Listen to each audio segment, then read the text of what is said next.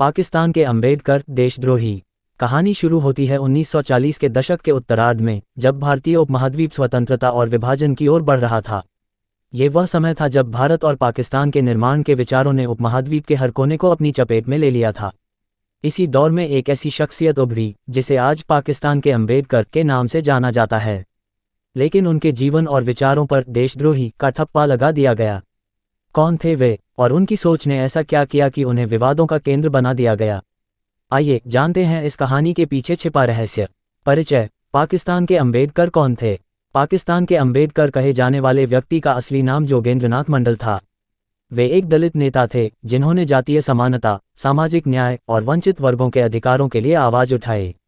बंगाल के एक गरीब दलित परिवार में जन्मे मंडल ने अपनी कड़ी मेहनत और दृढ़ संकल्प के बल पर पढ़ाई की और कानून की पढ़ाई पूरी की। भारतीय स्वतंत्रता संग्राम में उनकी भागीदारी उल्लेखनीय थी, लेकिन उन्होंने विभाजन के समय मुस्लिम लीग का समर्थन किया, जो उनके जीवन का सबसे विवादास्पद निर्णय बना। मुस्लिम लीग का समर्थन, देशद्रोह या रणनीति। मंडल का मानना था कि कांग्रेस केवल उच्च जातियों के हितों का प्रतिनिधित्व करती है और दलित समुदाय के साथ अन्याय कर रही है। दूसरी ओर, मुस्लिम लीग ने दलितों के अधिकारों की रक्षा करने का वादा किया। मंडल ने महसूस किया कि मुस्लिम लीग के साथ जाना दलितों के हित में बेहतर होगा। उन्होंने जिन्ना का समर्थन किया और पाकिस्तान के निर्माण में महत्वपूर्ण भूमिका निभाई।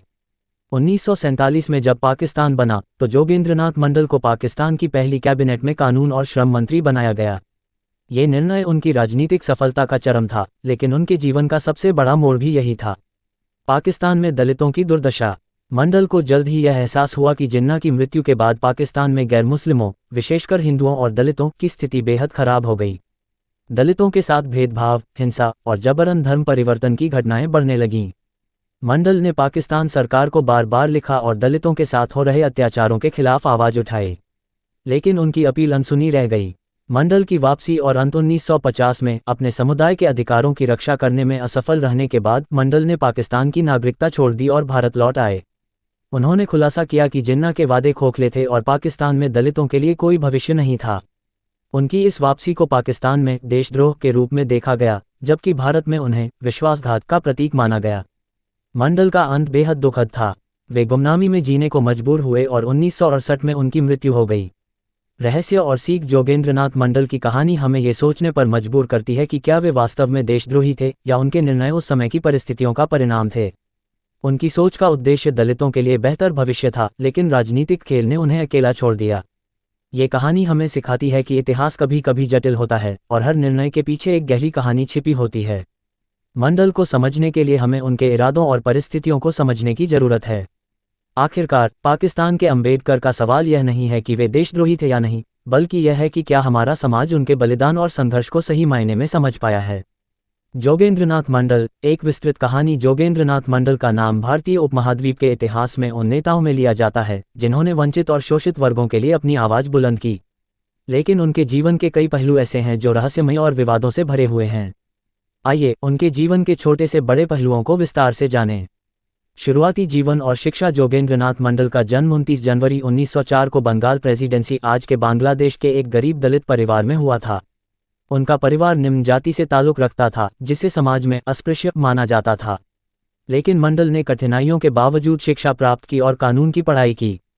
वे बचपन से ही जातिवाद और भेदभाव के शिकार रहे, जिससे उनके भीतर सामाजिक न्याय के प्रति जागरूकता और संघर्ष की भावना पैदा हुई। राजनीतिक करियर का आरंभ 1920 और 1930 के दशक में मंडल ने भारतीय राजनीति में कदम रखा। बंगाल में दलित समुदाय के नेता के रूप में वे उभरे। उस समय कांग्रेस पार्टी का प्रमुख प्रभाव था, लेकिन मंडल का मानना था कि कांग्रेस उच्च जातियों के हितों का प्रतिनिधित्व करती है। उनका यह विचार था कि केवल एक स्वतंत्र दलित नेतृत्व ही वंचित वर्गों के अधिकार सुनिश्चित कर सकता है।